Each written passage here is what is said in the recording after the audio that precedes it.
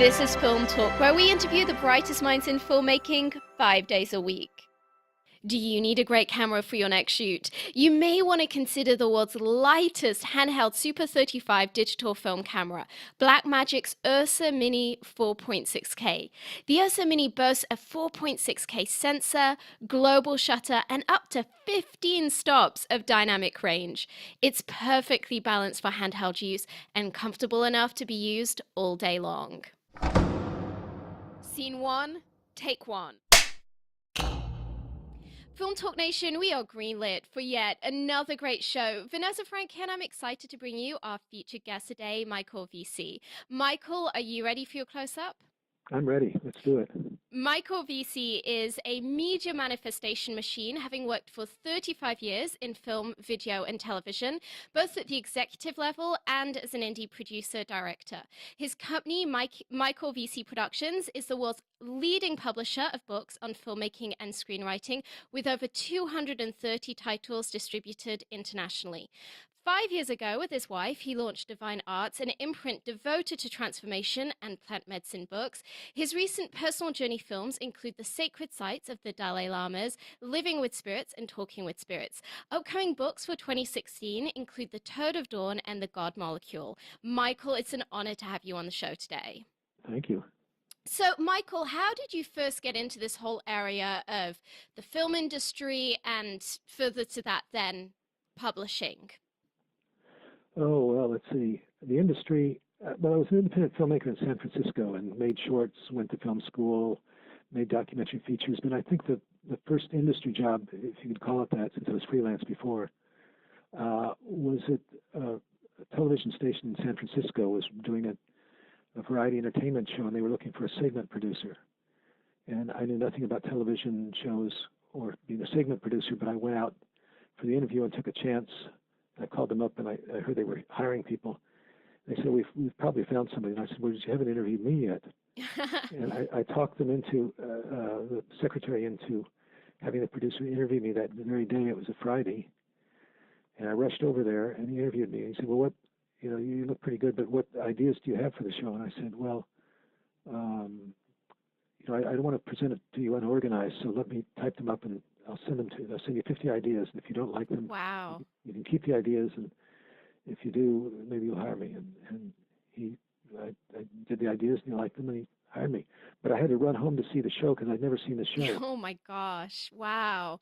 So it was a little bit cheeky, but I think everybody has to do that in the entertainment industry because so many people want to be part of it. Yeah, you have to have some chutzpah. You kind of bluff your way in. And there's no wonder that everybody in Hollywood is afraid of being found out because everybody's trying to do jobs that they're not maybe quite yet ready to do. But we also have the confidence in ourselves that we can do them if hired. So absolutely, kind of a balancing act. Absolutely. So how did that then evolve into you becoming the foremost publisher of film books? Well, in San Francisco, I made these documentaries and got them distributed and made money off of them. And my friends were trying to do the same thing and struggling and not able to do it. So I started giving seminars on independent filmmaking. This was back in 1980. And there was no books on the subject and nobody giving seminars on it. And my seminar handouts became my first book. But I sent it to normal publishers, but nobody would publish it, so I self-published it. And this was in the days of what they called desktop publishing. It was one of the first desktop publishers. And then I wrote, that book was successful, and then I wrote 3 or 4 other books. And then I realized I didn't know enough to write books on other subjects about filmmaking, so I looked at where I was ignorant. So for example, I didn't really know how to direct actors.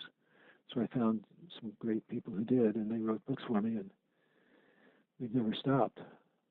So, Michael, why do you feel that it's important for the next generation of filmmakers to get hold of quality teaching and training?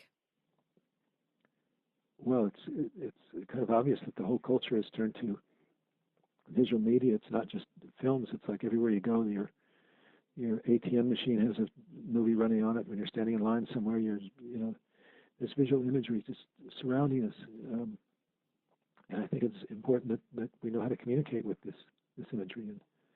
And it's very powerful stuff. Mm. It speaks directly to the unconscious. And I was just looking at a TV spot the other day that was purely a mood piece. There was no selling. It was consciously taking place, but you were being seduced by these images, and Yeah. they did brand it at the end. So I think both too, we need to be able to read these images and these symbols, and we need to be able to communicate with them more powerfully. And we need to ask ourselves, what are we doing with our communication? Are we, a lot of young filmmakers make very derivative work. They imitate what's already there, and not push the envelope at all. When Yeah. in fact, there's nobody like that person in the world. They have their own experience, and so what I'd like to see them do is draw from their own experience and put that into the world, not copy other people. Absolutely. As one of the leading figures in film industry education, you now for many, many years have been the leading purveyor of these very powerful film textbooks. Do you feel that that's something that needs to come alongside a more formal training education? I mean, you've been to film school. Do you feel it's a question of, hey, you need to go to film school, and then you also need to be perfecting your art and engaging in continued professional development by reading all of these great books on screenwriting and filmmaking? Or do you feel we're at a point where between the internet and books, there's really no place for film school anymore? Well, that's an argument that goes round and round, and we go to the film professors conference each year, and it's always being discussed. And I think it's you get your training wherever and however you can. Yes. And for some people that'll mean film school because they want that environment and those contacts for later. Other people work better independently and can take the same amount of money and actually make a pretty substantive piece rather than pay the tuition. Yes. But some people aren't self-directed and they need the guidance. And what either camp you're in, you're going to need the books and mentors. Yes. So but you can pretty much piece together your own educational, foundation. Yeah, it is pretty amazing what one can do these days, and I think particularly when one has a resource like your publishing house provides of literally hundreds of books written by some of the brightest minds in filmmaking. There's definitely a case for why we should all be engaging in our continued professional development on a routine basis. Michael, you've had a lengthy career in the film industry and TV and publishing. What is the biggest challenge that you've encountered so far in your career, and how did you turn that situation around? Well, it's going to be a surprising answer for you. The biggest challenge wasn't an actress that I had to deal with, because she was out of hand or not having financing and I was out shooting, and it was none of those things. It was getting Parkinson's, being diagnosed with Parkinson's 8 years ago. Oh, gosh. And so that was like a wake-up call, big time. And so, one's health is crucial to you're out of the game unless you've got your health. Yeah. And so that led me to searching all over the world and for both high-tech, stem cell treatment to plant medicine in the Amazon. Wow. And it was in the Amazon that I fell into learning about ayahuasca, which is a very ancient plant medicine and teaching tool. It's interesting we're talking about teaching in books. And ayahuasca showed me that my belief system, my beliefs, my worldview was completely inaccurate, completely wrong. And of course, if I'm out of step with nature and out of harmony with the nature of reality, of course I'm going to be sick. Yes. So I learned just extraordinary things from that experience, and that's influenced everything. I've become more productive, and it's helped my health, and it's changed my relationships. It's changed what we're doing. We created a new publishing company, imprint, because of that experience. And I found a guy in Israel who works with Parkinson's people with a dance therapy kind of approach. It's much more complicated than that, but and developed a regime with them, and it's reduced my symptoms 40 to 60%. Wow, that's amazing. I think it's definitely a very key and ongoing issue within the film industry, this question of work-life balance and also quality of life, not in terms of material wealth, which is something that on the whole, a lot of people in this industry have, but in terms of really having a life that is going to be sustainable, having a life that's full of joy and that's edifying. And I think that it's undeniable that for many of us that then impacts our health. And I personally would love to see a much greater conversation be had within the film industry about how we can jointly as a community have some better work practices, have some better boundaries that enable us to not burn ourselves out, you know? Good for you. That's, I've never heard that talked about, but it's very important. You get into the business when you're young and a lot's expected of you, and you're watching everybody else run around, so you run around too, and just burn yourself out. And it's not a place to, nurture relationships or run a marriage or have a family, because it's so consuming. Mm. And you think that if you don't, leave at 6 in the morning and come back at 11 at night, you're not. Somebody else is going to take your job, and that's burnout. And stress levels obviously led to my demise too. Mm. And so that's all changed. I mean, I think it's one should not try so hard and be more and do less and smell the roses, because that will nurture and sustain you. And in the end, you make an Academy Award-winning movie, it's going to end up in the remainder bin. Exactly. At the grocery store. Exactly. In the next year. Yes. So success has to be re-examined, for what it means for these filmmakers. And I think success is experienced moment to moment, where you're living and excited about, every minute, not just when you win the Academy Award. And if you win the Academy Award, you'll feel great for about 3 days, and then what? Yes. If you pinned everything on making $1 million or getting an Academy Award or whatever, kind of expectation you have. I could not agree with you more. So it sounds to me like this process of really kind of you questioning your life and going for a far more organic and holistic approach to your lifestyle. It sounds like that's had a positive impact on your creativity. Is that maybe something you could share a little more about? Well, it nurtures, I think going back to ayahuasca, what you learn is that everything has consciousness. I mean, plants have consciousness. Let that sink in for a minute. They're aware. They've been around for billions of years, and they actually are here to teach us.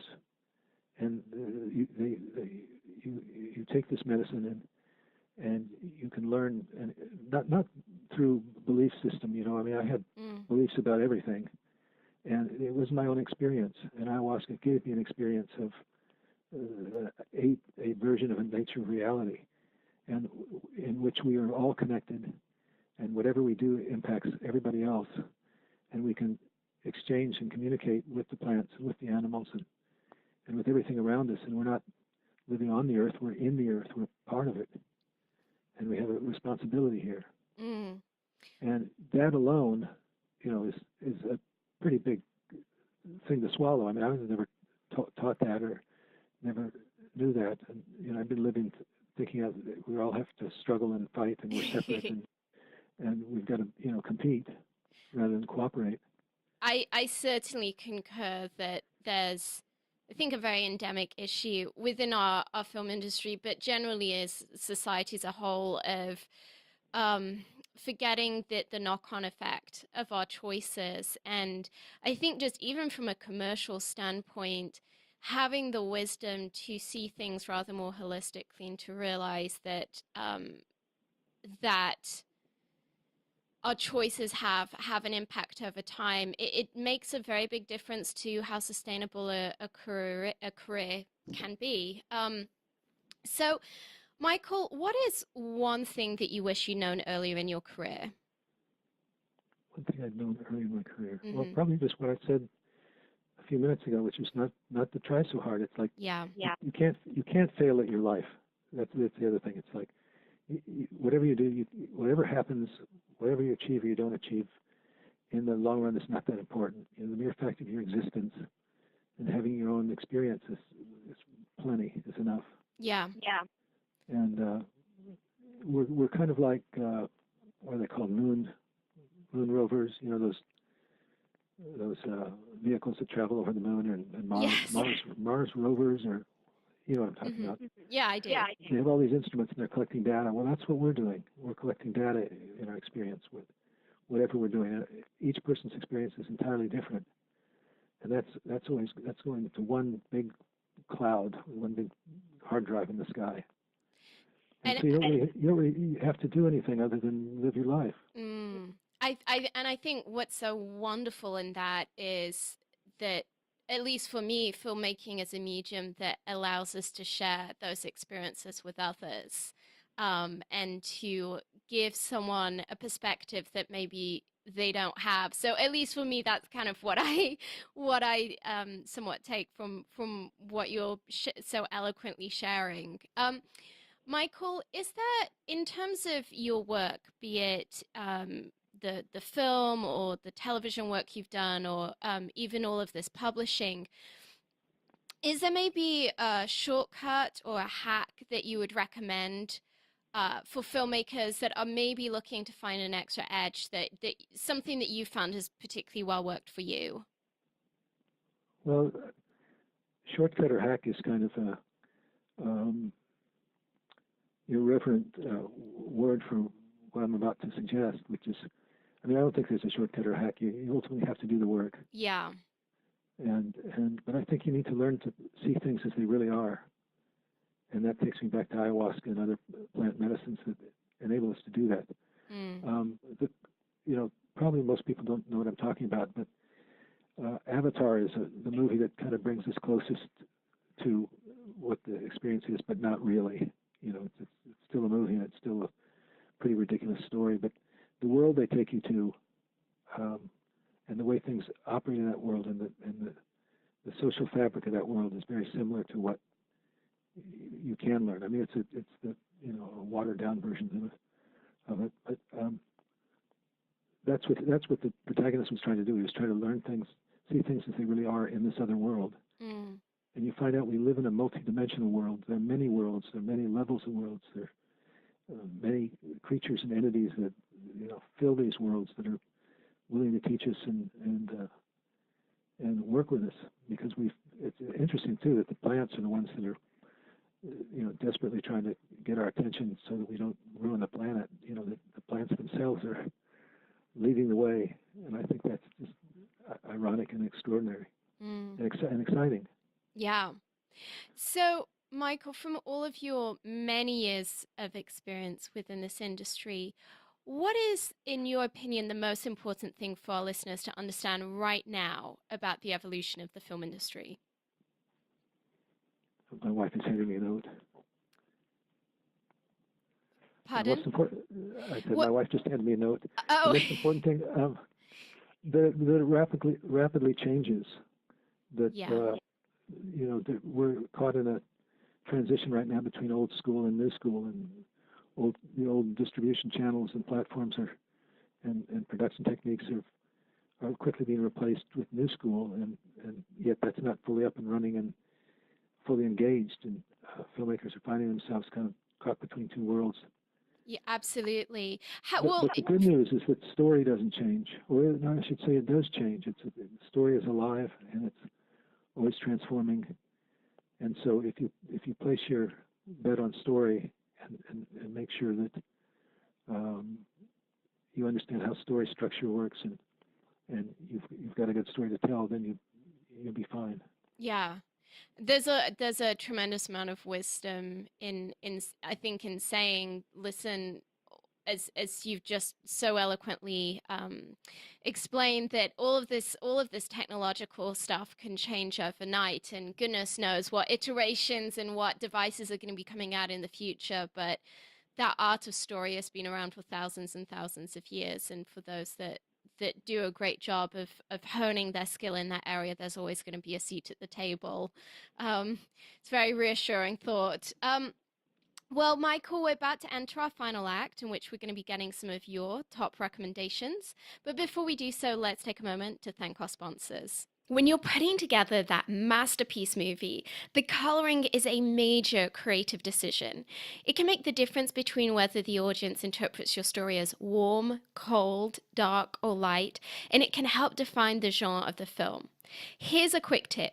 Horror movies tend to have blue tones, romantic comedies tend to have warm tones, apocalyptic movies tend to be grey and washed out, movies in which reality is off kilter tend to have green tones, and action movies tend to feature a lot of teal and orange, particularly in their artwork. The Emmy Award winning Da Vinci Resolve from Blackmagic will help you get that perfect color for your next production. The Da Vinci Resolve 12 combines professional non-linear video editing with the world's most advanced color corrector, so you can now edit, color correct, finish, and deliver all from one system.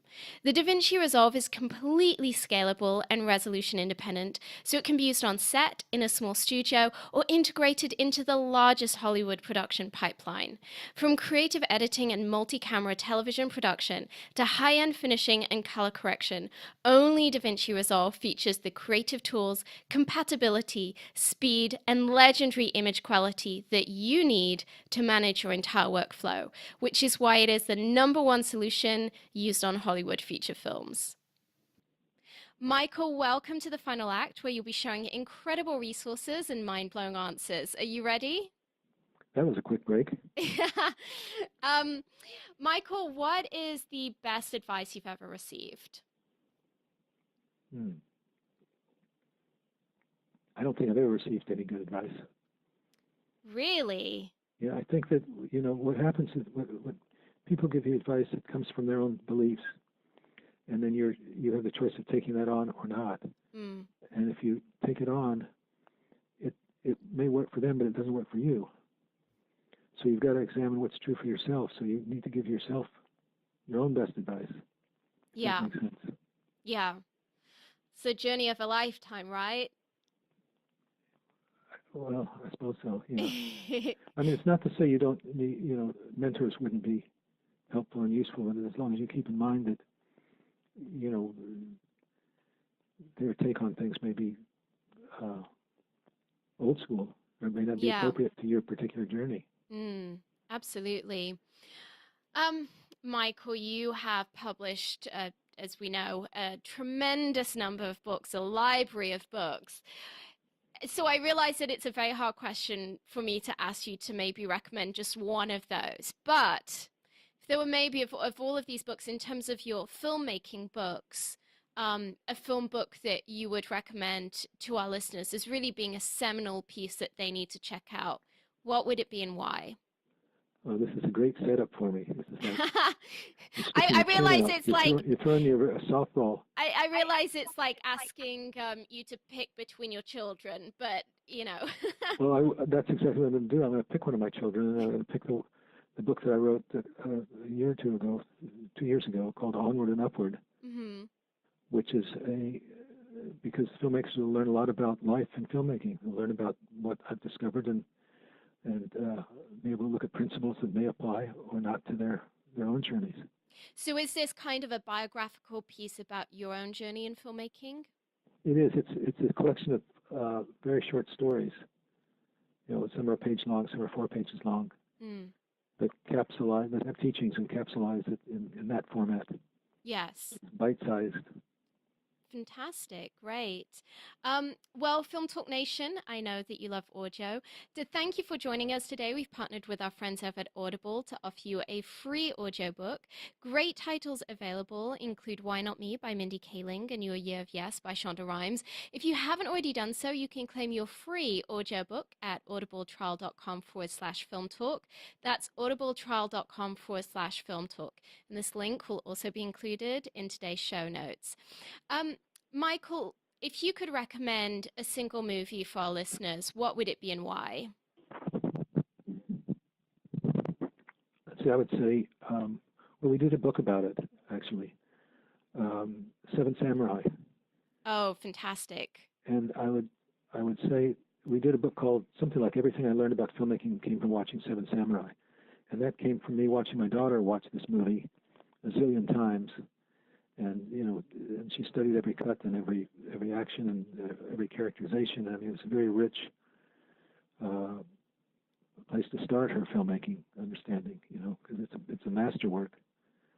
And but I would also take a dose of Living in Oblivion, the Steve Buscemi piece about independent, low-budget filmmaking. It's a comedy, and it's very funny, but also very true about what it's like on the set of a low-budget movie.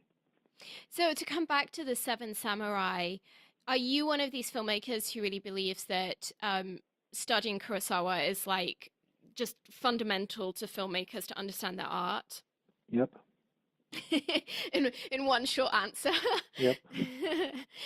It's amazing to me when having read a few biographies of Spielberg and a few other filmmakers from that specific era of like the 80s and 90s, or at least that had their major ascent during that time. It's quite remarkable how many of them, when they're asked the question of where they first kind of got their desire for filmmaking and who was the filmmaker they studied the most, the name that always comes out is Kurosawa again and again and again. Oh, of course. Yeah. I mean, I could say almost anything by Kurosawa. And if you want to get more subtle about it, anything by Ozu. But I would say Seven Samurai would be. Yeah. It might get people put their toe in the water. Absolutely. I just yesterday I think I was speaking to Richard Lamott. He's an amazing costume designer who has published. Yes, you published one of his brilliant books, and he said the same thing when I said which movie do you really recommend? Oh, did he? Yeah, I think it was Richard. I might be wrong about that, but yeah, I mean, I think it's a very common title for filmmakers. It's just a brilliant example of master control of filmmaking. Michael, I don't know if this is something that you commonly use in your line of work as a filmmaker, a publisher, an author, but are there any websites or apps that you find particularly helpful in your line of work? No, I couldn't recommend one, really, other than our own, mwp.com. Yes, so tell us, I would love for you to share a little bit with our audience about what they can find on your publishing company's website. Well, besides information about all the books, there's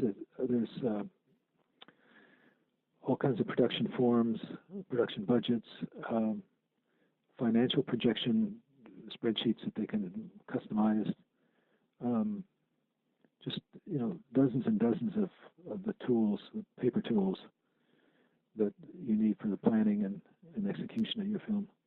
And I know from having seen your website and just really been blown away by the range of options that there's books in a wide array of categories. Could you maybe share with us a little bit of about that? Because I know a lot of people, when they hear the words like filmmaking book, they typically assume, well, that's going to be about script writing. But I know for a fact that you publish a much wider array of film books than that. So maybe could you share with us kind of some of the categories that you've published in other than just the kind of script analysis books?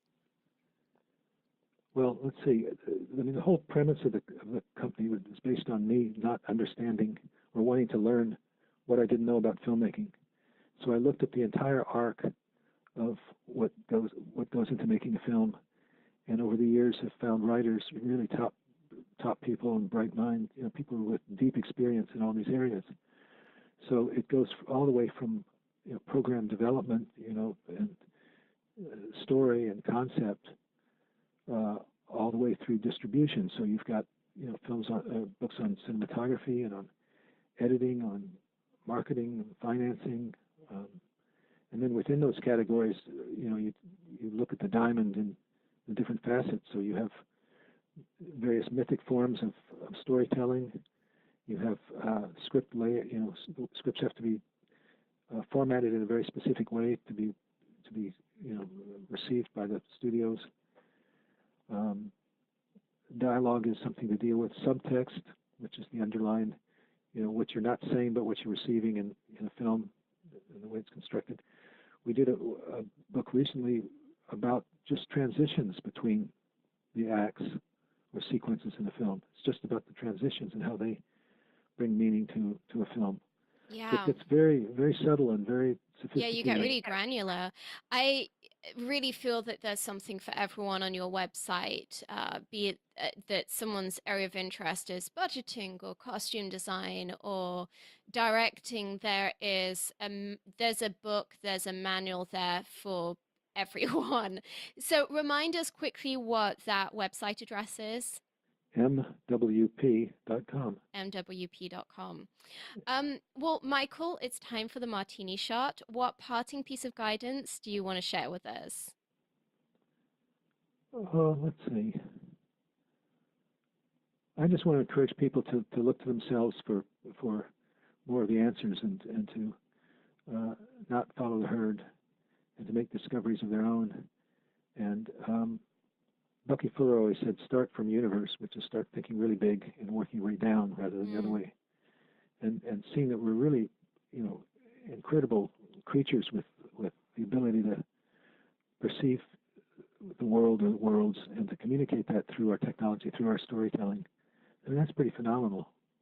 The way we connect with each other through these images and through these symbols.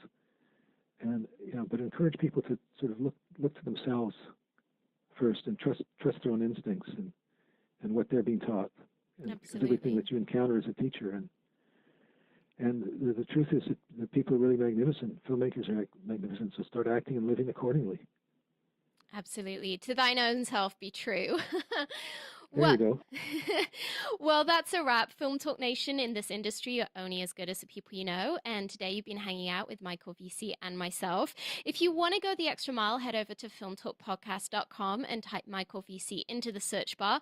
The show notes from today's show will appear along with everything we discussed, like Michael's recommended book and movie. Michael, we appreciate you sharing your priceless insight with us today. Film Talk Nation thanks you, and we'll see you on the red carpet.